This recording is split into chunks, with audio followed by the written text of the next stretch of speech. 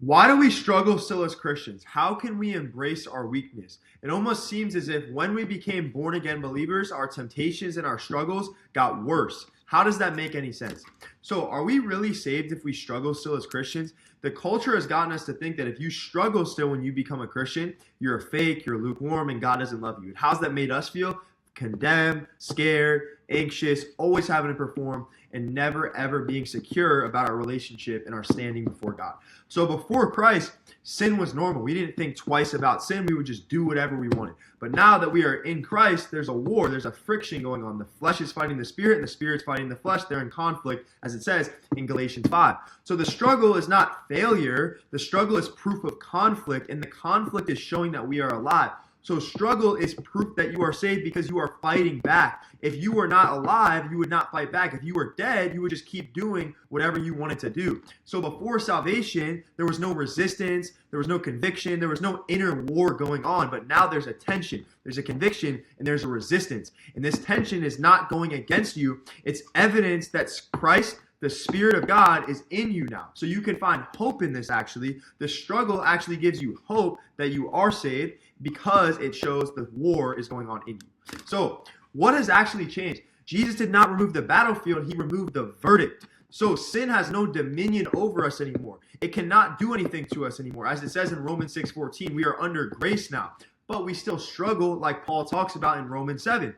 Paul says, I do the things that I hate and I don't do the things that I want. But then he says, it's no longer I who do it, but the sin that dwells within. He's identifying the source that, yes, I may struggle because my flesh is here, but that's not who I align with. I align myself with Christ. And this is why the sin cannot condemn him, because there's no condemnation for those that are in Christ Jesus. So condemnation equals believing, struggle disqualifies you. They're two completely different things.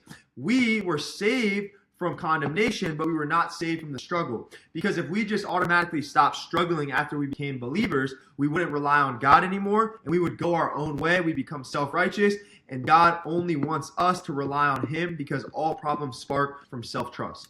So we need the struggle to point us to the throne of grace. So this is the gym analogy. Before the gym, there was no soreness, resistance, there was no tears, nothing. Why? Because we were not growing. We were not doing anything. But now we feel sore. Now we feel the tension. Now we feel uncomfortable. It's showing us that we're growing. The resistance is showing us that we are taking strides forward. So it's the same thing in spiritual life. Conviction is spiritual soreness, but condemnation is spiritual infection. Satan whispers these things like, you're weak, you're a fake Christian, you shouldn't struggle with that anymore. But the reality is, we're just resisting what used to control us, and he's trying to get us to think that that's still who we are. But no, we are going to keep aligning ourselves with who we are now, and that's alive in God through Christ, as it says in Romans 6:11. So we are fighting back, and that's the true strength. True strength is not us overcoming all of our problems. It's aligning ourselves with who God has made us and allowing God to strengthen us, because when we are apart from him, we can do nothing. When we are weak, we are strong though, because he's sustaining us and we're not sustaining ourselves.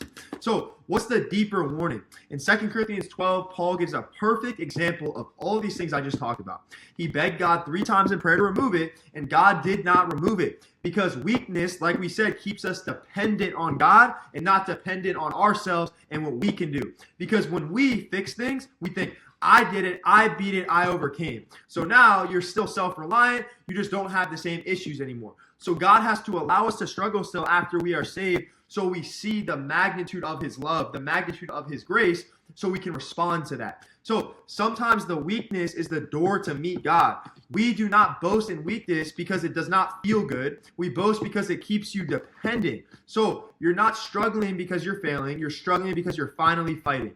And learning you cannot do anything without him is the very thing that's actually going to allow you to stop struggling and actually be strong.